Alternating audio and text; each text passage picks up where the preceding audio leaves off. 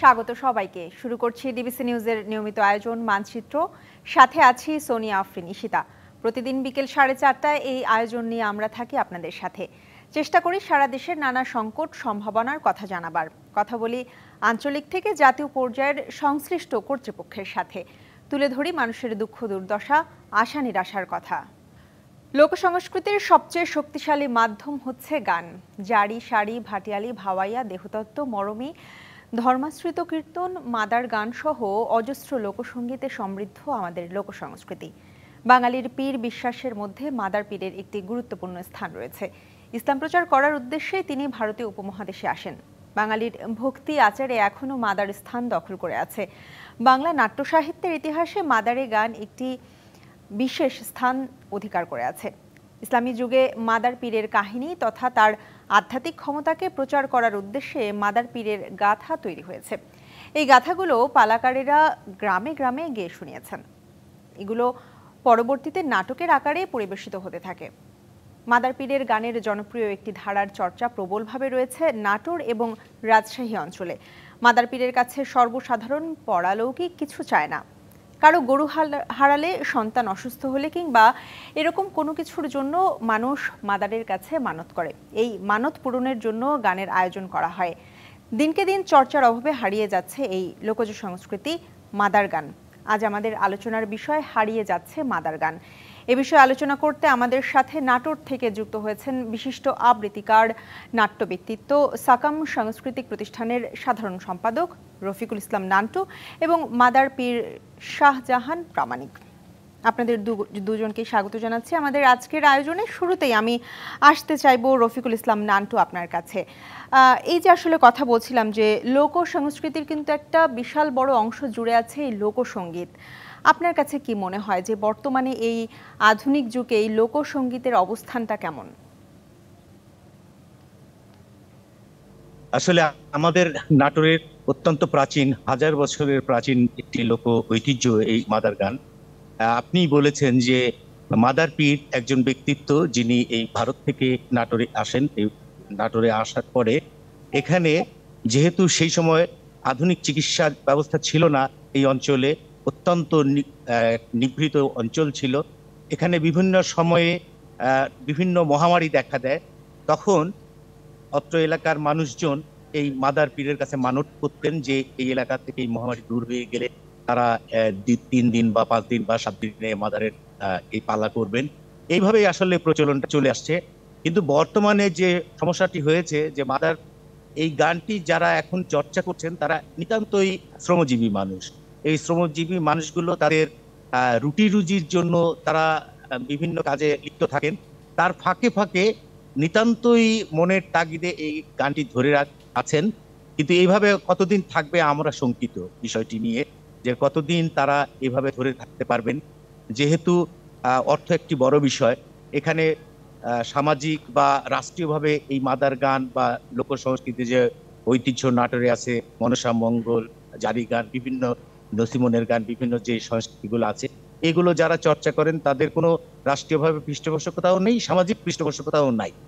সমাজ আস্তে আস্তে এই বিমুখ হয়ে যাচ্ছে, সাংস্কৃতিক অঙ্গন থেকে মানুষ মুখ ফিরিয়ে নিচ্ছে নানাবিধ কারণে। এটা আমরা সামাজিক বিবর্তনের ফলে এটা হচ্ছে। আমরা প্রত্যাশা করি সরকার যেন উদ্যোগ নেন এবং এই হারিয়ে যাওয়া লোকজ সংস্কৃতিকে পুনরুজ্জীবিত করার জন্য যা কিছু করণীয়, আর্থিকভাবে, প্রাতিষ্ঠানিকভাবে যা কিছু করণীয় তাদের নিয়ে করা উচিত।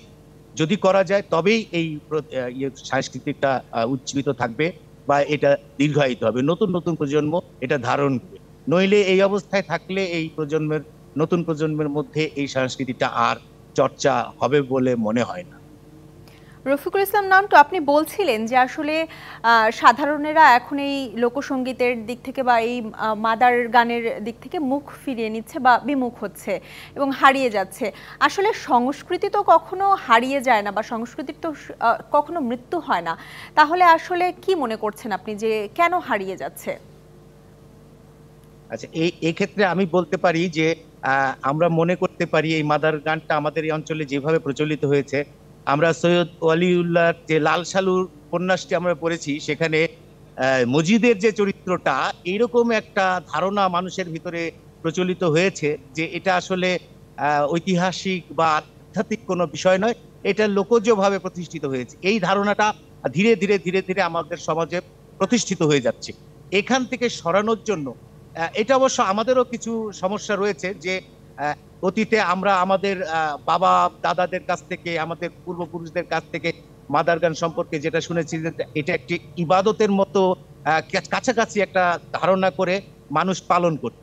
কিন্তু ইদানিং কালে এসে এটার ওই ধারণার থেকে মানুষ বেরিয়ে গেছে, বেরিয়ে গিয়ে এটা শুধুমাত্র একটি বিনোদনের মাধ্যম হিসেবে তারা মনে করে।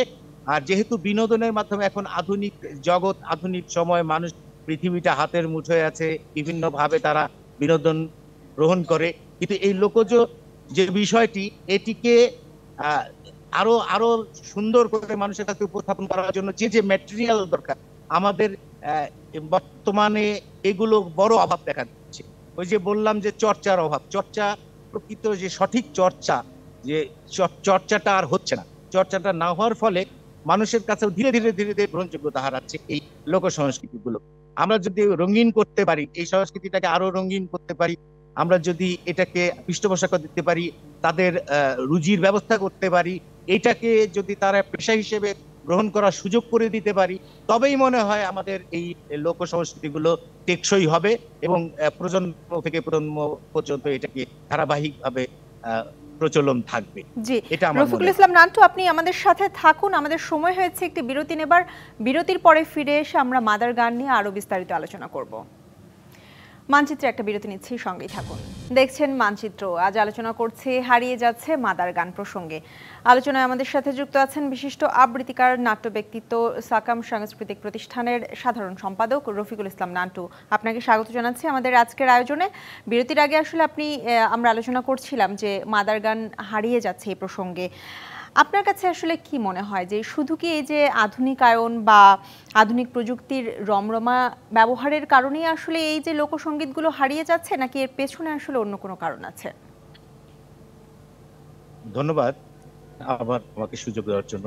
আসলে আমি এর আগেও বলেছি যে আধুনিকতা তো বটেই, পাশাপাশি এই যে গ্রামের প্রান্তিক জনগোষ্ঠীর যে মানুষগুলো এই লোকজ সংস্কৃতির সাথে যুক্ত রয়েছে, যারা চর্চা করছে, তারা আসলে একেবারেই প্রান্তিক মানুষ, তারা খেটে খাওয়া মানুষ।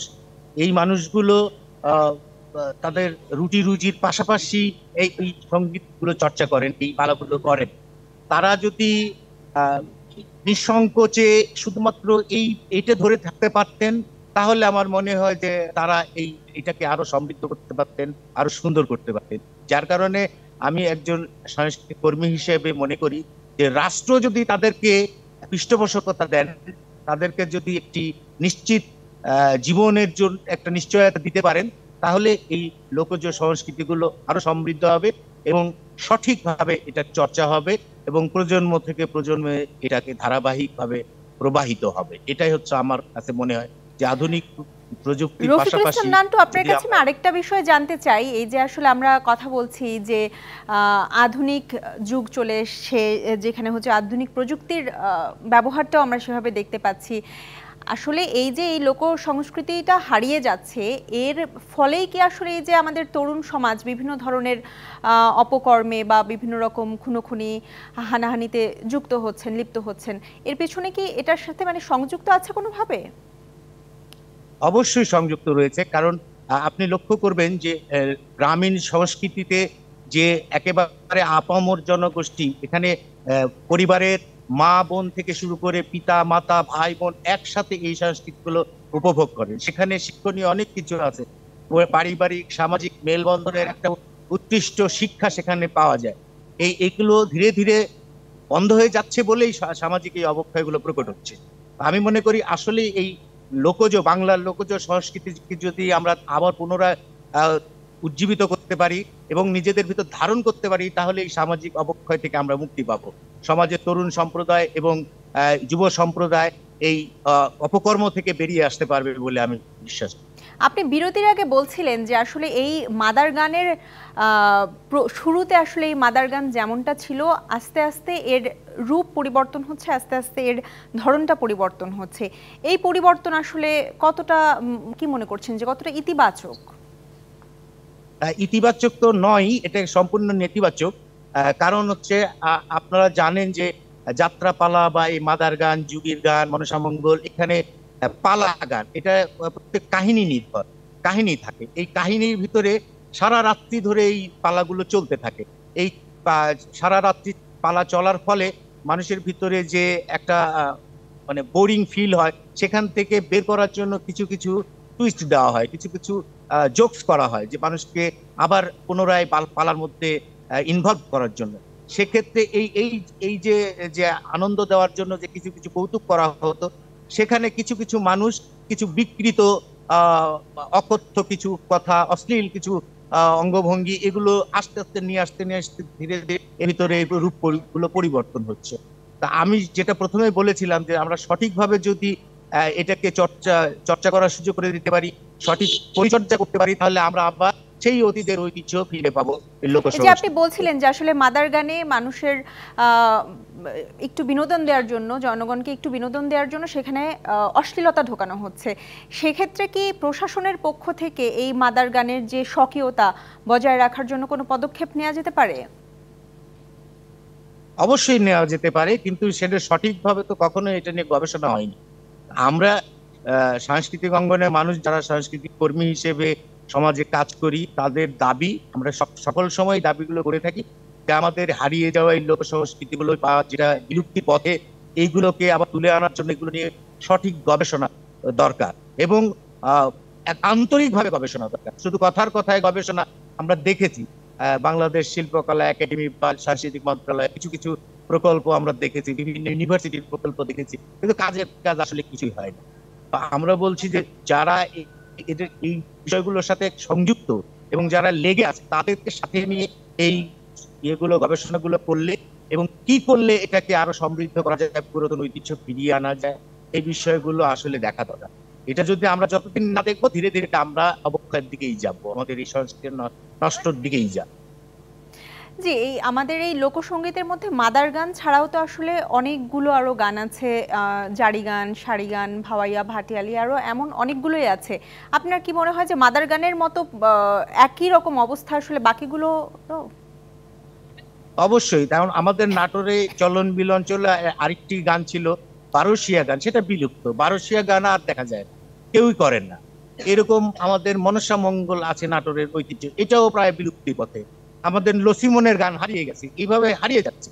মাদার গানটা ওই যে বললাম, এটার সাথে একটু ধর্মীয় অনুভূতি জড়িত আছে, এখনো কিঞ্চিত যাদের সেই পুরাতন বিশ্বাসের থেকে কিছু কিছু মানুষ এগুলো করে, এটা করে, মাদার গানটা এখনো টিম টিম করে টিকে আছে।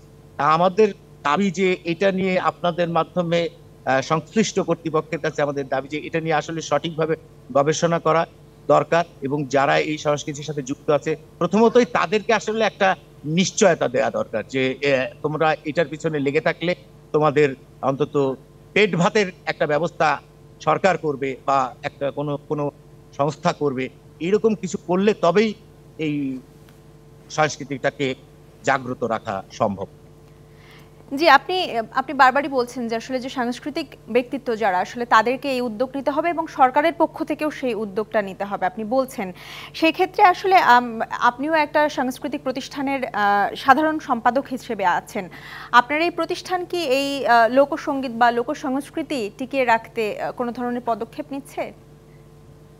হ্যাঁ, আমরা অতীতে নিয়েছি, বর্তমান প্রেক্ষাপটে আমরা তেমন কিছু করতে পারছি না।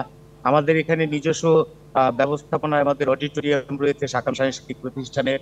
এটা 72 সালে প্রতিষ্ঠিত একটা প্রতিষ্ঠান। এখানে আমরা লোকজ সংস্কৃতি নিয়ে অতীতে অনেক কাজ করেছি এবং সামনেও করার ইচ্ছা আছে আমাদের, এবং প্রস্তুতিও রয়েছে।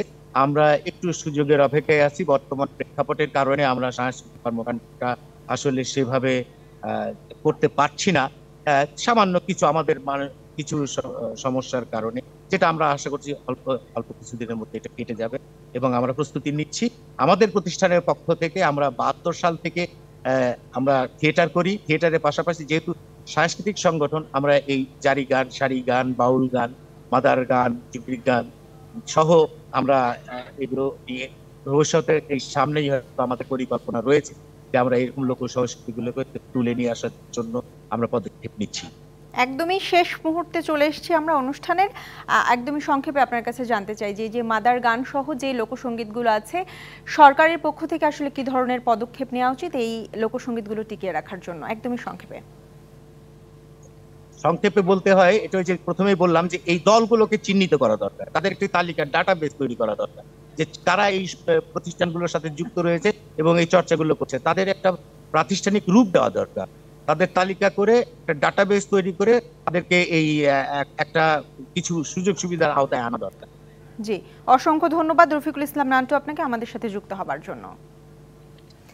এই ছিল আজকের মানচিত্র। আগামীকাল অন্য কোনো বিষয়ে অন্য কোনো এলাকার অতিথিদের নিয়ে হাজির হব। ডিবিসি নিউজের সঙ্গেই থাকুন।